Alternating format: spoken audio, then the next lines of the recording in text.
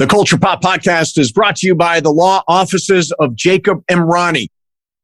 Accident or injury, call Jacob Emrani. Call Jacob. Hey, it's Mase. If you or a friend or loved one is injured in an accident, the first person you should call is my friend Jacob. When I did this, Jacob was great. He helped me by talking through the next steps, which really put my mind at ease. When you're injured in an accident, you got to have an expert. That's why you call Jacob, just like I did. Call Jacob, 844-24-JACOB. That's 844-24-JACOB, or visit calljacob.com. Call Jacob.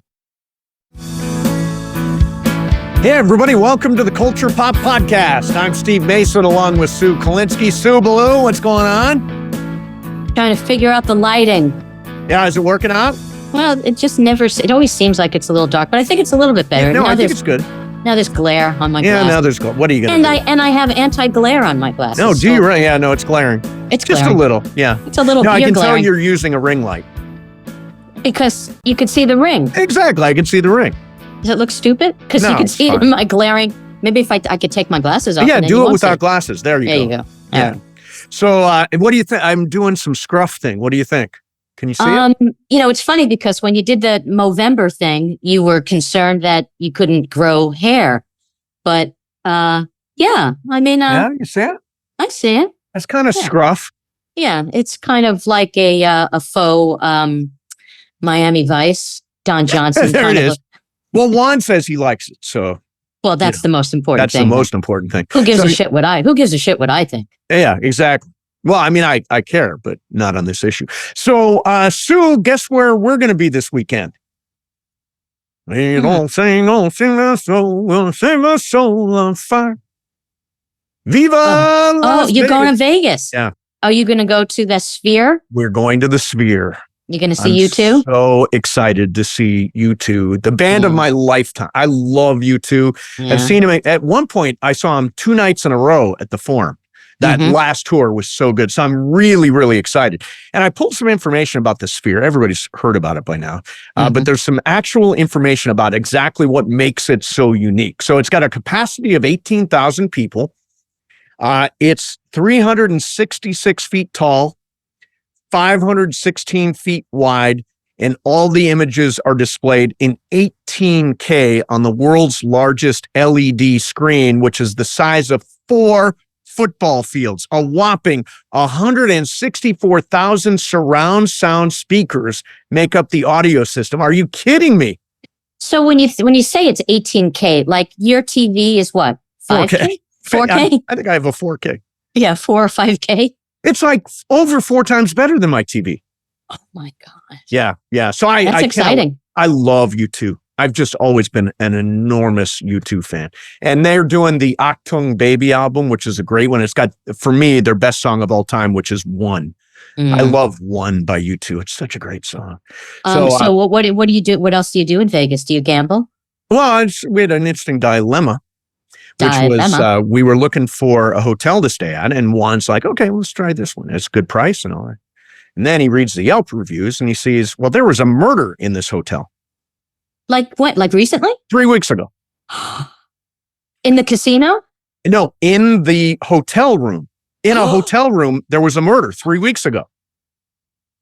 And the word dismemberment was used. Now, we had a big debate on this. We did not stay at the murder hotel.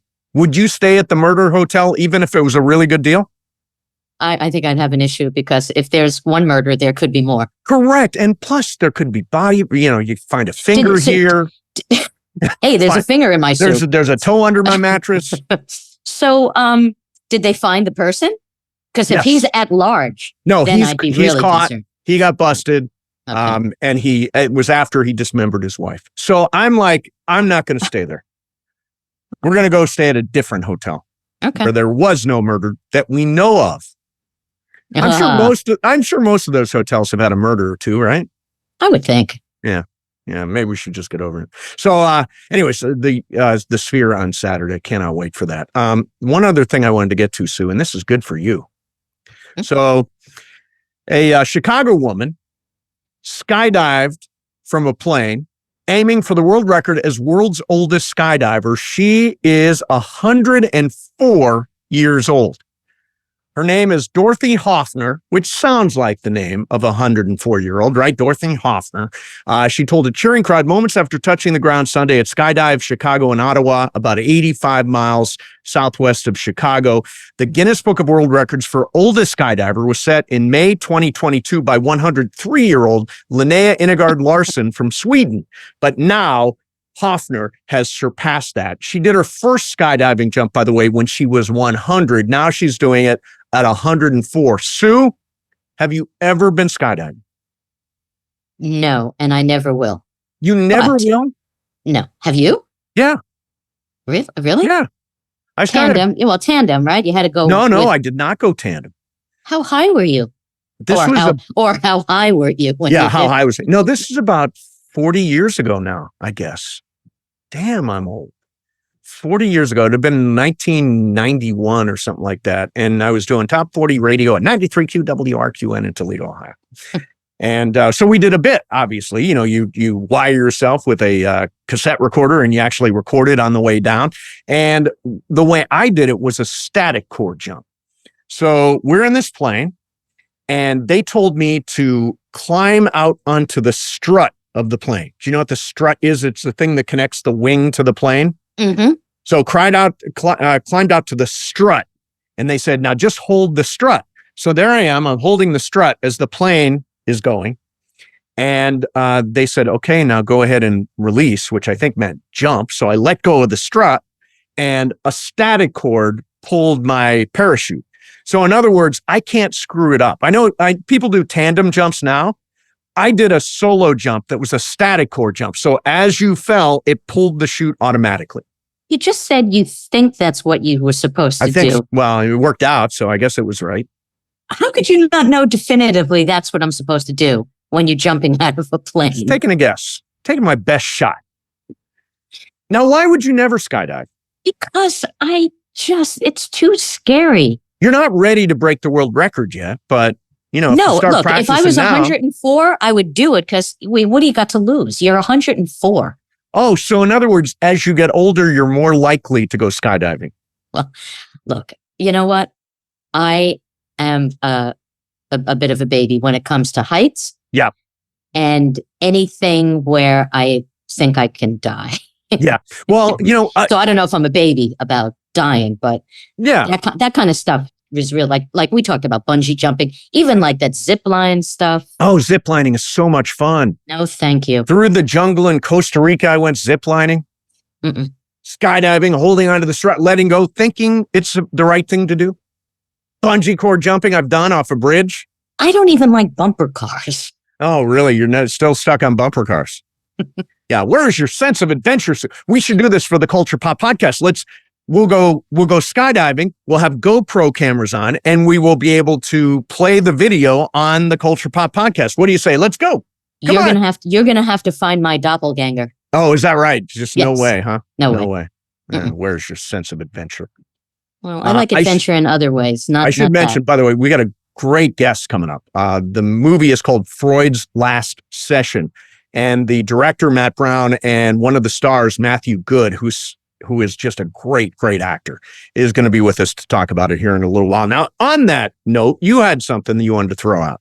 Well, I figured since the story is, we're not sure whether, and people don't know the story, that Sigmund Freud had his last session with the writer C.S. Lewis. Right. That's the theme of the film. Correct, but it's a fictional meeting to the best of our knowledge. It's a fictional meeting, although I read that Freud did have a meeting with a college professor. So that could be C.S. Lewis. It could have been, but no one can confirm it. Okay. So I thought, are there people that have died that you wish you could have met, or or hung out with for like a day and had, or even just had a conversation with? So my first thought was my grandpa, but it's supposed to be somebody that I don't know, right? Well, no, I don't. Yeah, well, I mean, I said it's someone that you don't know, but yeah, I mean, my grandpap I would love. We have a chair that when I was a little kid in Altoona, Pennsylvania, down in my grandparents' basement, they had a sort of a rocking chair, And I had it shipped out here after my grandmother died, and we had it totally recovered, and it looks really, really cool. My grandpap was just a dear guy. In fact, I have got the nameplate from his office door at Beasley Ford in Hollidaysburg, Pennsylvania, that I keep on my, I don't know if I call it a shrine or an altar or whatever it is. I keep all the old stuff there. So my grandpap would be one of the people. The other would be Johnny Carson. Oh. I met Carson one time. Here's how it went. Me, Tom Snyder, and Peter LaSalle are having dinner at an Italian joint in West Hollywood, right by the Beverly Center. And across the room, we see Johnny Carson. And I'm from across the room starstruck. I'm like, oh my God, that's Johnny Carson. That's King of the Night. And so Tom Snyder and Peter LaSalle walked over to Johnny and had a conversation. And then Peter turned around and looked at me and said, Steve, come on over here. I want you to meet somebody. And I met Johnny Carson. It was unbelievable. But what I wouldn't do to pick Johnny Carson's brain about what makes a great talk show, what made him so unique and so special. Talk shows today are fine, but they're not about conversation anymore. Like Jimmy Fallon, you do your sketches and, what's his name? Colbert, you do your politics. I just like a good conversation show. Right. And that's what I loved about Johnny Carson was he could talk to anybody and make it work. So Johnny Carson would be my choice. My grandpap would be my other choice. What about you? Okay. George Carlin is one. Yeah. And, we know his daughter, Kelly. Yep. I just, he just to be able, just his brain, just to be in a room with him and just talking about stuff. And he was a huge Mets fan. So I would have loved to have gone to a Met game with George Carlin. Wow. How cool would that be? Yeah. I got to interview him once on the phone at ESPN. I don't remember the context of it. My dogs are going nuts right now. I don't know if you can hear them. Can you hear my dogs? Okay, good. Okay. So I did interview him one time. But I was very nervous about it, and because he's George Carlin. Mm-hmm. But as I remember it, it went well, and he walked away, and he knew sports. That was the thing about George Carlin. He knew sports. Anybody else on your list? I would have loved to have. Oh, you're talking about sports. I would have loved to have. He's actually still alive, Willie Mays. I wish I could have met him when he was younger. But Groucho Marx. Oh, Groucho Marx. Because he's, one of my all-time favorites. I mean, the Marx Brothers were just genius. And, I would love to talk to him because there's this famous story, and I'm not sure if it's accurate. Oh, then let's run with it. I was told, or I had read, that the Marx Brothers had an interview, I think at Warner Brothers, at some big studio. Okay. And while they were in the executive's office, they took all their clothes off. So when the guy walked in, they were all nude. Really? Oh, that's funny. But not verified. I don't know if it's true. I want to believe it's true. A lot of stories, I just want to believe it sounds like something they would have done. It does. It does. Yeah. That's great. So Groucho Marx, and who was the other one? George Carlin. Who was the guy that's still alive that you wanted to meet? Willie Mays. Oh, Willie Mays. My dad met Willie Mays. Willie Mays, I have a picture of my dad with Willie Mays. Willie is not, he's 85, 86 years old now, I would say. Something like that. My dad, I got a picture of my dad and Willie Mays together. But Willie was not at least when we met him, wasn't conversational. Yeah. Willie Mays is the reason why I love baseball, because my oldest brother was a New York Giant fan. And then he became a San Francisco Giant fan. And he loved Willie Mays so much. And I loved my brother so much. I became, I didn't become a Met fan until a little bit later. And my brother went to a signing. My brother used to collect baseball cards. Okay. So he went to one of these card shows, and Willie was there giving autographs. And he was much younger. And my brother had a San Francisco Giant hat on. And Willie Mays asked him to turn around because he wanted to see if it was the regular hat. It wasn't. As opposed to the trucker cap fit? Yes. Yeah. Very cool. Very cool. Yeah. Willie Mays. Probably, is he the greatest living baseball? Well, no, he's not anymore. Shohei Ohtani is the greatest living baseball player. Do you disagree? The guy hit What? 50 bombs and threw for a 315 earned run average this year. Yeah, yeah. But so Willie's, his baseball record is insane. His defense was insane. Yes. And he stole bases. Yeah. But he So- didn't pitch like Shohei. He didn't pitch, yeah. But Yeah, I mean, Willie, Shohei's incredible. oh, it's And- so crazy. And I hope he's a Met. Oh, he's definitely, I hope he's a Dodger. All right. The brand new movie, Freud's Last Session, premiered at the AFI Film Festival. It tells the story of a fictional meeting between Sigmund Freud and author C.S. Lewis in London on the eve of World War II. The film is co-written and directed by Matt Brown. It stars both Anthony Hopkins and Matthew Goode, and we are lucky to have both director and one of the stars with us today, Matt Brown, Matthew Goode. Thank you so much for doing this, guys. Well, pleasure to be here. Thank you for having us. Yeah, So- thank you so much. We absolutely love the movie, Freud's Last Session. It's based on the play written by Mark St. Germain. I'm curious from you, Matthew Brown, how did this project get started? Did you see the play and think there's a movie there? Did one of your producers, how did it all come together? As one of the producers, Alan Greisman and I had worked together on a project some years ago. And it was actually an accident. He was at the coffee cart in Laurel Canyon at the Canyon store, like little spot. And he overheard my brother talking to Lily, who runs the coffee cart. And they were talking about the music on my last film, which my brother did. And he was like, wait, I know your brother. And he ran to the trunk of his car and he pulled out the script and he jammed it in my brother's hands. He said, I didn't know this. yeah, give this to I didn't know Kobe. this story. It's Alan Greisman. So so Kobe's like, here, Matt, here's a script. Alan wants you to read it. And it was like a first draft, wasn't even in final draft form, of the play that Mark was beginning to turn into a screenplay. And it was a lot.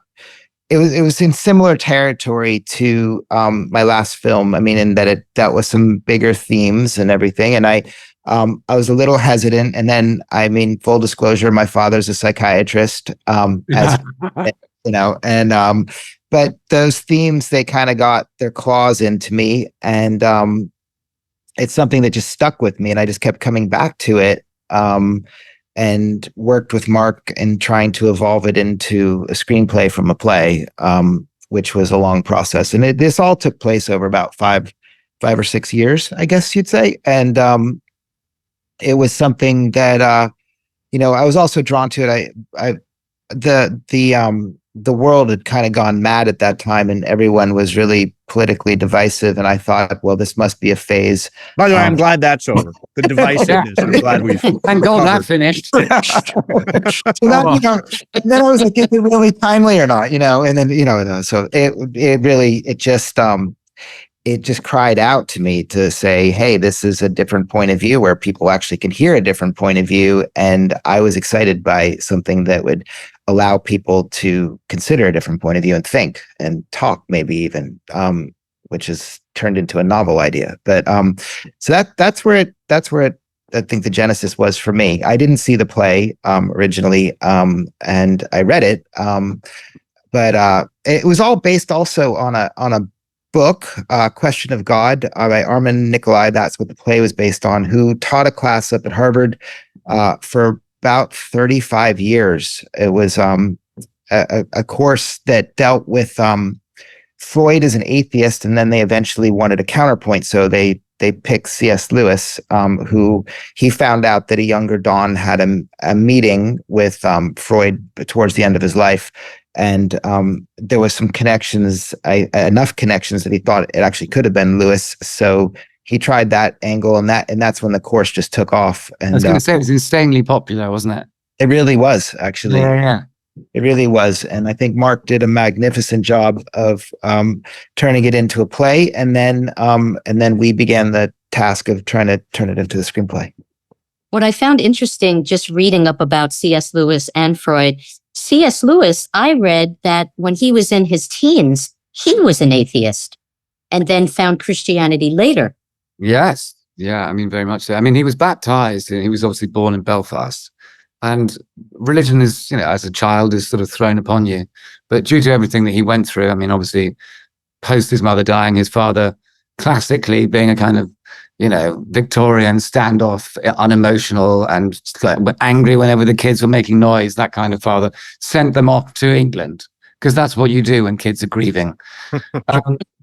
And he kind of eventually said, he wrote, it was a really fascinating memoir that he wrote in 1955, which doesn't cover his entire life, but certainly some of the earlier stuff. And it's called Surprised by Joy.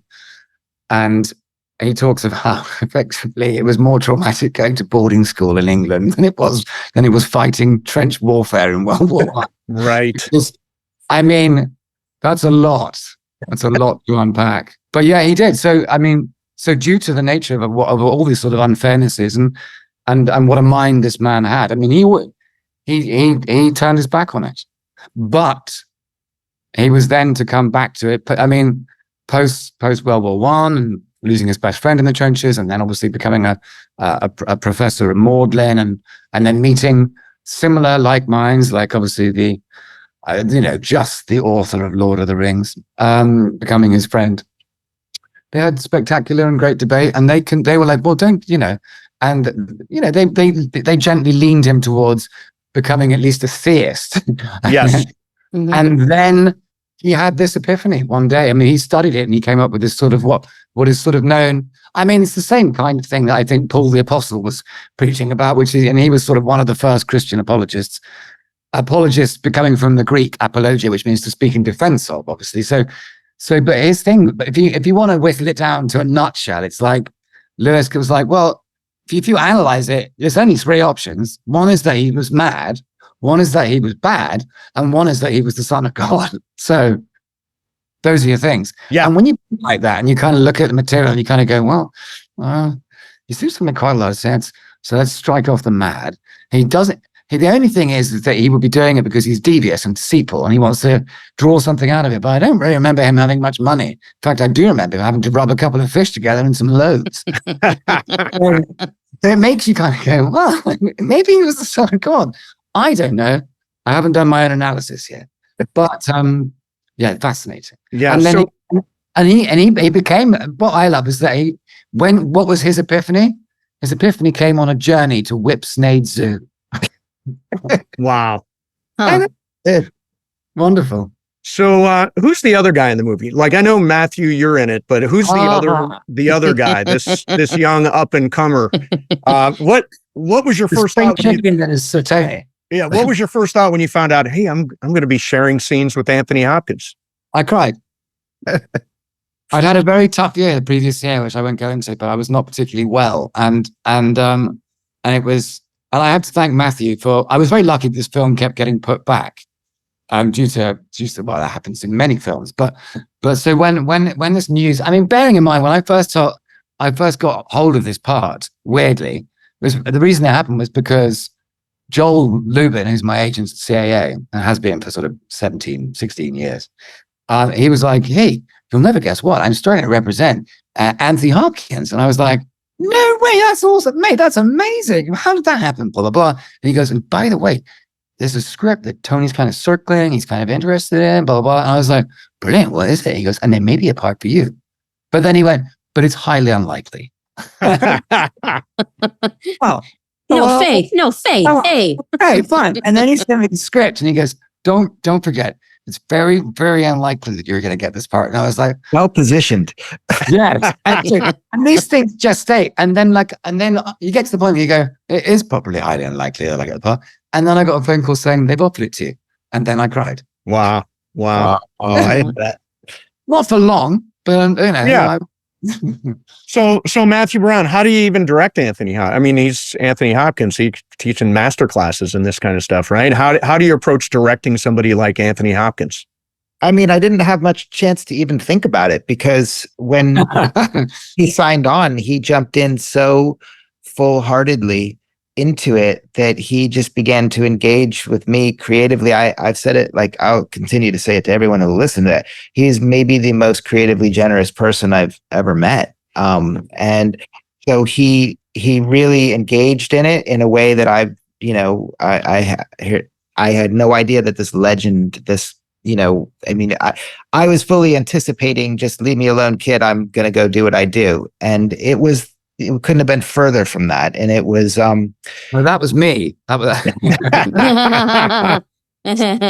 you were just brilliant. Matthew is absolutely brilliant in this film. But you're so right, Jay. He's the most generous. Yeah.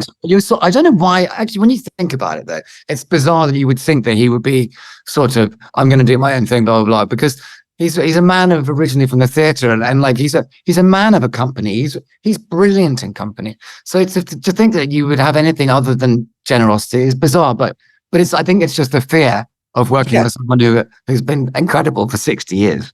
Yeah, that's right. And I think we all learned a lot on it. I mean, I certainly did. It was really exciting.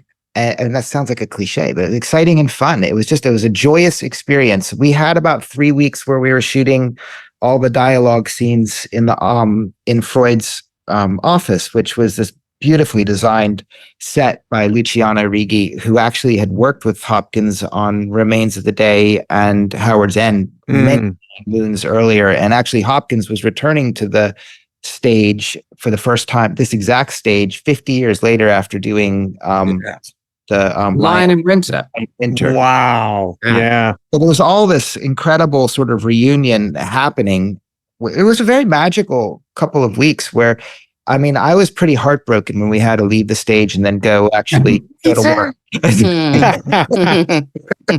But it was, it was a fully engaging, fully creative, amazing experience and I wouldn't say direct, that's just, to me, it's a weird word to say, but to be part of this process with the actors on it. It was amazing. So ironically, Anthony Hopkins played C.S. Lewis in Shadowlands. Yeah, you mean the elephant in the room? Well, no, but what I'm curious about, did you guys have any conversation as actors since he played the role that you were playing? Did he talk to you about it at all, or did you ask questions? You know what, you think that we would, but actually, like Tony, like initially early on, he's like, well, I just sort of did my own thing with him, I just did my own thing with it, and I was like, and you should too. And I was like, all right, Tony, cool, and that was kind of all that came out. And actually, I mean, you do what I can. I'm not born in his body. He's not born in mine. We look differently. And I don't think anyone, that's the funny thing about when you play someone real who's that famous, but actually no one really knows what he looks like. I kind of looked a little bit like him when he was in his 20s, I think, Brownie, didn't I? Oh, you definitely did, actually.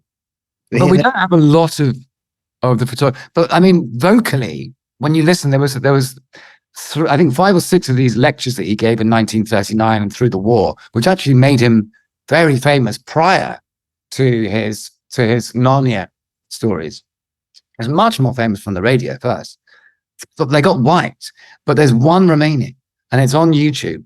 And when you listen to it, it's great for me because you can pick up the rhythm and you can hear, and you're quite a deep voice, but actually sort of spoke a little bit like this. And you're like, I can't do that. I can't.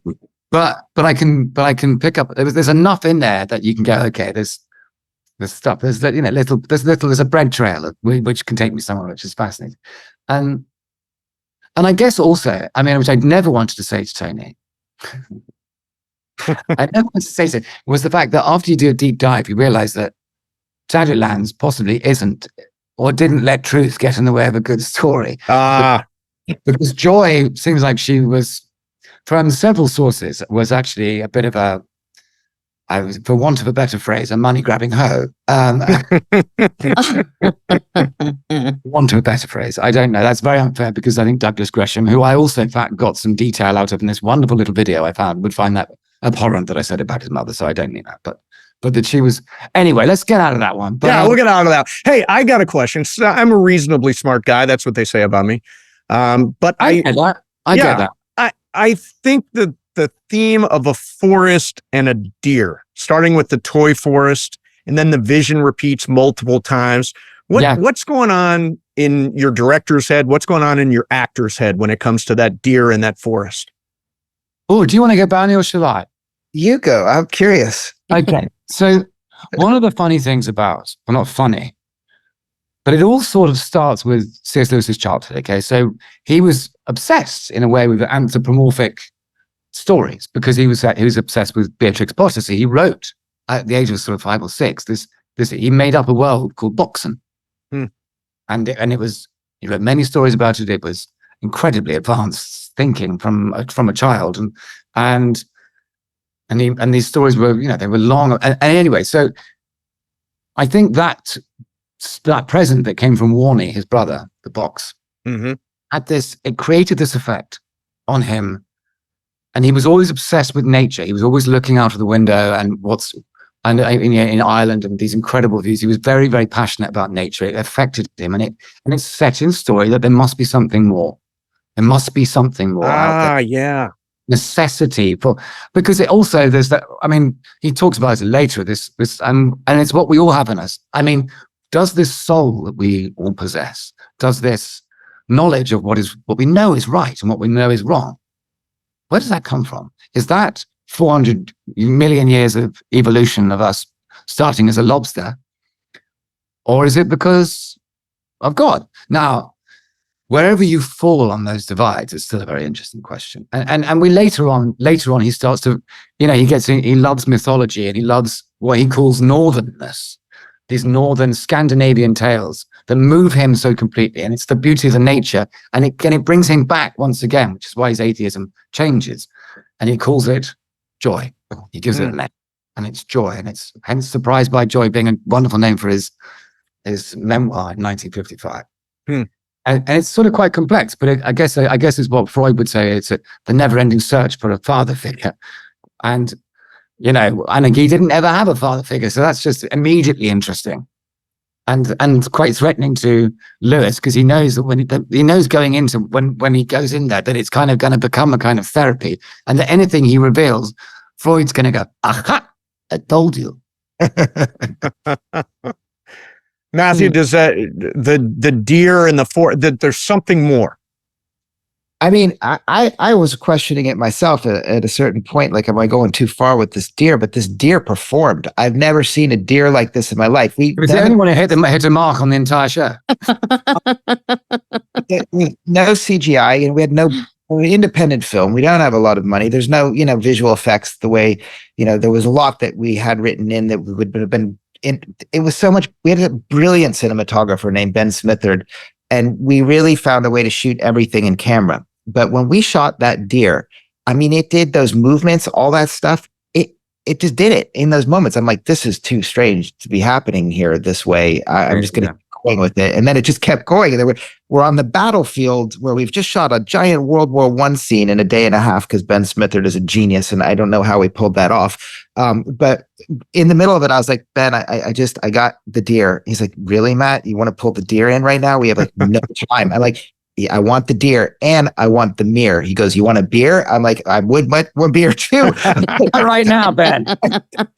I drag the poor deer out into the middle of the battlefield. Okay. And then I get this mirror with Ben, and it's this long, giant, like 10-foot mirror, and it bends. And I have them pull that in the middle of the battlefield. He's like, do you think this deer is going to do its thing with the mirror right now? And I'm like, it's going to do it. I promise you. And it did it. And wow. It was like, okay, this is going in the movie. That's supporting deer, right? But if you think about it also, there's sort of subtle allegory in its own weird and wonderful way of the fact that at the beginning we've got these children getting them onto trains, being transported out. That obviously in real life, Lewis is going to take in some children and then be inspired to write Narnia. But one of the things that I found fascinating when I watched the film, and I still haven't seen the final cut, but like, is there's sort of like I don't even know how if this is even a word, but Aslanic tendencies to that deer. Do you know what I mean? Mm-hmm. By that, I mean, I find it very moving, like very moving, and it feels sort of, yeah, I'm sorry. Yeah. It was a strange thing to happen too, because we were shooting really fast, some pickups in Lewis's house where we were, we had brought some art department stuff with us. We were doing these insert shots of the shroud or some other stuff like that. And I'm shooting them all. I'm like, just something's missing. And I turn around and there's this beautiful painting of a deer. It was like, and we shot the deer right there. It was just there. It was just waiting to be, I mean, of all the paintings to be in this one room. And then it just, yeah, it was very strange. Wow. It's so funny. You talk about the deer, just like being a great actor. When I first moved out to LA from New York, I did stand up, and I was talking about how I never trust anything I see in LA. Like I see a deer and it's like, is it a deer or is it someone dressed as a deer? And then you look over and the deer's like hanging out by a trailer, smoking a cigarette, That's my kind of deer. Hilarious. So go ahead, Steve. Go ahead. No, go ahead, Steve. Go ahead. I was going to say, this is such an eerie time that this story is set in, because it is, I think Chamberlain has officially declared war on the Nazis, and the bombing is, and to me, that sort of environment plays a role in this thing, because it's sort of hanging over everything. You know what I mean? Good. I hope so. Yeah, that was fully the intention. I mean, I wanted it because I think it really mirrors today on so many levels. I mean, we are truly, we're right there in this like darkest hour of its own kind. And I hope dialogue happens and diplomacy happens and things happen that avoid what they went through. And maybe people learn from some mistakes, but I'm not entirely optimistic, but try to be. Yeah. Yeah. So like whenever a movie is adapted, from truth, I always wonder what, how much of the dialogue is real or imagined. And there was one moment where Freud and C.S. Lewis were talking, and Matthew, your character is uncomfortable talking about something personal, and he cuts him off. He says, I don't want to talk about my personal life. And Freud says, I consider what people tell me far less interesting than what they choose not to tell me.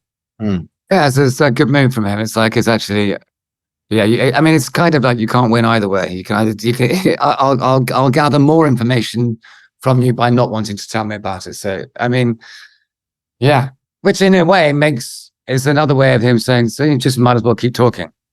It's a clever move.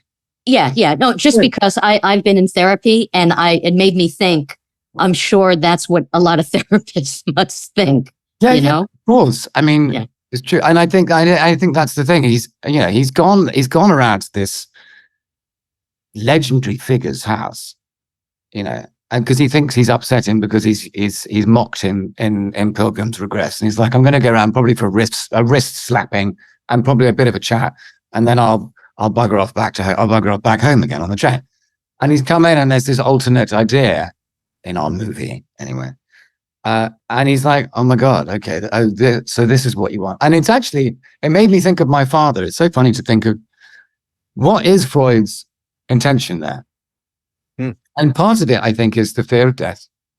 My own father, we never went to church. We were like, we had C.V. on our passport, Church of England on our passport. You're right. I mean, I sang in the choir at school, but it maybe went to a Christingle service, and that's it. And I only like going then because we got some sweets. But when my father was dying, which was many years ago now, 20 years ago, and I died far too young. That's a whole nother story. But I came back from university one day, and I was like, what's the vicar doing in our house? Well, that's weird. And Mum was like, Dad's talking to him. And I think it's a natural reaction to kind of like, got to have all the bases covered.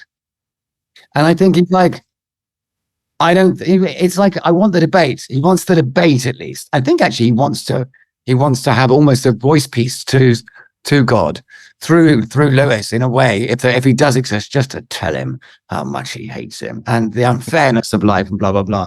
But I don't think he's entirely convinced at the end. But it's these two great minds of the 20th century coming together and having formal debate, sometimes emotional, and finding that area, that small part of the Venn diagram where actually they had a lot more in common than they thought. Where did they have a lot in common?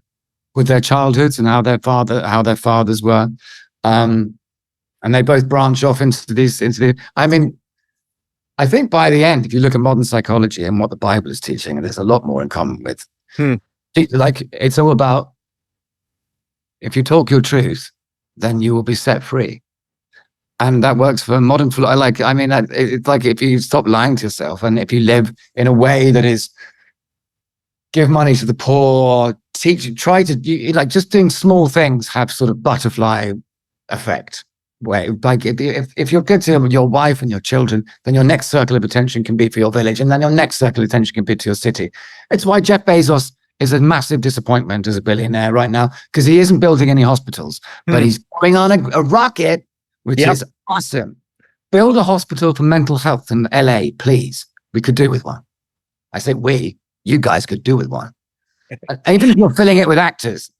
Well, there'd be a lot. But we need people to pay back. And so, I don't know. I mean, whether you believe in God or not, the Bible and most literature around the world, geographically, everyone's got another God. Christianity obviously seemed like it was a bit late to the party. Otherwise, I'm pretty sure they wouldn't have said, thou shalt worship no other God but no me. False idols, exactly. Yeah. So it's kind of like, oh, okay. So Matthew Brown, this is an argument about the very nature of life. Is there a God? Is there not a God? I mean, Lewis says there is a God and man doesn't have to be an imbecile to believe in him. And Freud says the concept of God is a ludicrous dream. So there's a continuum here.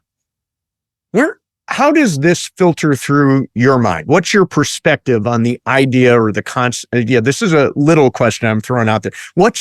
How do you view the idea of God?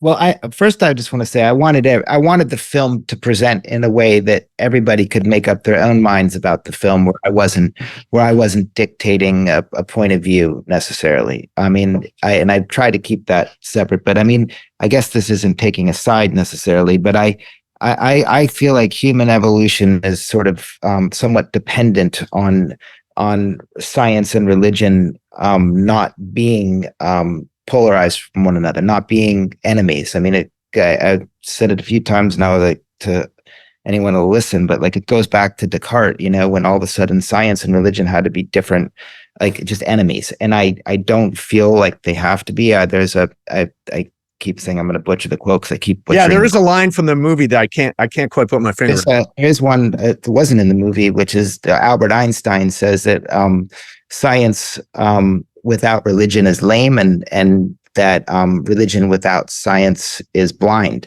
Right. That's Einstein. And I feel pretty strongly that that there is, I don't know. I don't think they have to be enemies, and that there might be. I mean, we'll look what we're going into with quantum physics right now. I mean, I think there's a lot that we still have to learn. We're in the nascent stage here, and if we get out of the nascent stage, I think it's still a question mark. But I think we're going to learn a lot more. We just don't know. I mean, Tony kept saying to me the whole time, and I loved it. He goes, "We don't freaking know. We don't know."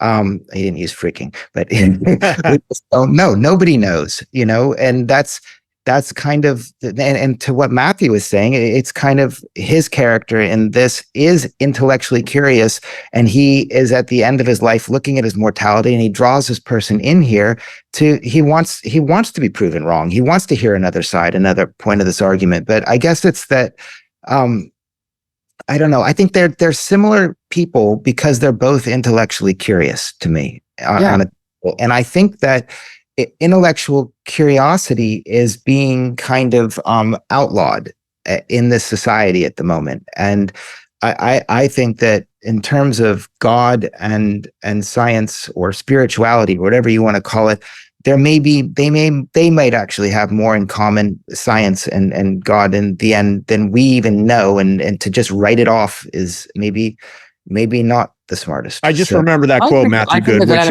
which is that intellectual curiosity is coming back, and because we're being let down so much by political leadership, I think it's coming back, and it's coming back due to now not non-linear television, but it's coming back to long form interviews. I mean, God, I watch on. I mean, I'm still not sure what to make of the man, but he's so smart. I mean, he's incredibly book smart, Jordan Peterson. I mean, so I've seen some stuff with him recently, and I've seen him in debating on stage, and this is a time for serious diplomacy and serious people and serious intellect, because we're being let down, as I say, by leadership. That's right. I don't need to don't need to bang on about it. It's very, very, very, very obvious. There's plenty of countries around the world that have tyranny, and we have people being put into power who are very easily manipulated and also practically brain dead. And it's a national embarrassment for, let's just say, several countries rather than, yeah, okay. They're in the face of that right now, just as they were in this film. And I just it's like the circularity of action of history. It's like, when are we going to learn? In those times, it feels like that the extremes on both sides take over, and they take common sense and they just flush it, and it's just sad. And it's but that's why history, call it history and dialogue. Yeah, but like history and not history, science and religion is like left and right wing. Right. They need each other. Yeah. They need each other. Yeah. They need to coexist. It's great, and let that keep going. Well, It's listen, not guys. just the science. Go It's ahead, not Sue. just the science. It's just not the science. I think that is the disparity. It's the different religions as well. You know, I grew up Jewish, and I remember my father completely disregarding any guy that I wanted to date who wasn't Jewish, and not even knowing the person. And then I'd go to my friends' houses, you know, who were Gentile, and my boyfriend's parents, they just loved me because they knew me. They got to know me. And it had nothing to do with me being Jewish. So, that's a big I think issue. the line from the movie that I was thinking of is, God makes room for science, but science doesn't make room for God. Doesn't make room for religion. Religion, yeah. There you go. That's what I was thinking of. Right. And there's a continuum, and there are, I totally get that. Listen, the movie's fantastic. Absolutely love it. It's coming out December 24th, I think. No, 22nd. 22nd? Yeah. Right before Christmas. And we are very, very excited to have you guys on the show. Matthew Goode, Matthew Brown, congratulations on the movie, and thanks so much for coming on. Thank you so much, guys. That's so kind of others. There you have it, Matthew Brown, Matthew Goode, and I mean, this movie makes you think. It's a think piece, and I was trying to get at it. I grew up Catholic. I gave that up. I'm still spiritual.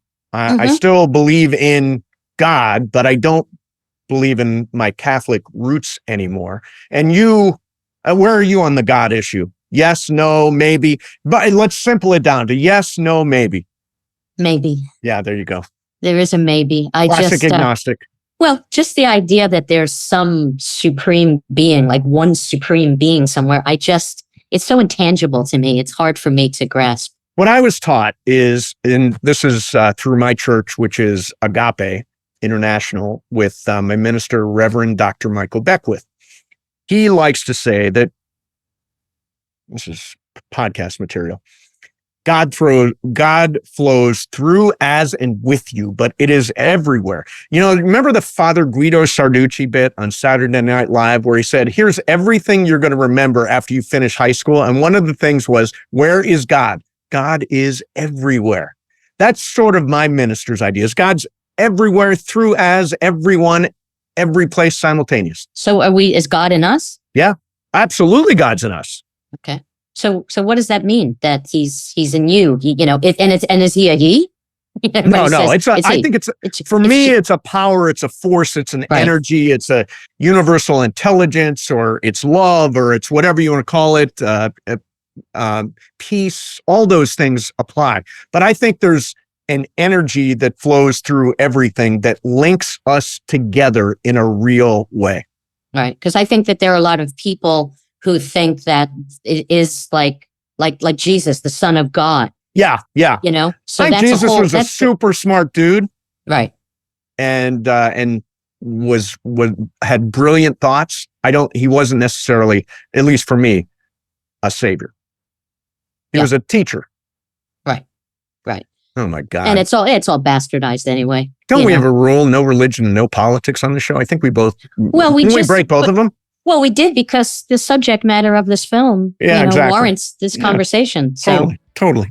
Yeah. All right. So let's wrap this sucker up. Hey, thank you to Matthew Goode and Matthew Brown for doing that. It is a great movie. It comes out just before the holidays this year. Anthony Hopkins, Matthew Goode in Freud's Last Session. If you are watching right now, please click the subscribe button. That's what I meant to say. The subscribe button. Leave us a rating and a review on YouTube. You can also get us on Apple Podcasts and on Spotify. Again, 5-star rating and a review. We really appreciate that. Thank you everybody for watching and for listening. We appreciate you, Sue. Great seeing you. And we will see everybody next time on the Culture Pop Podcast.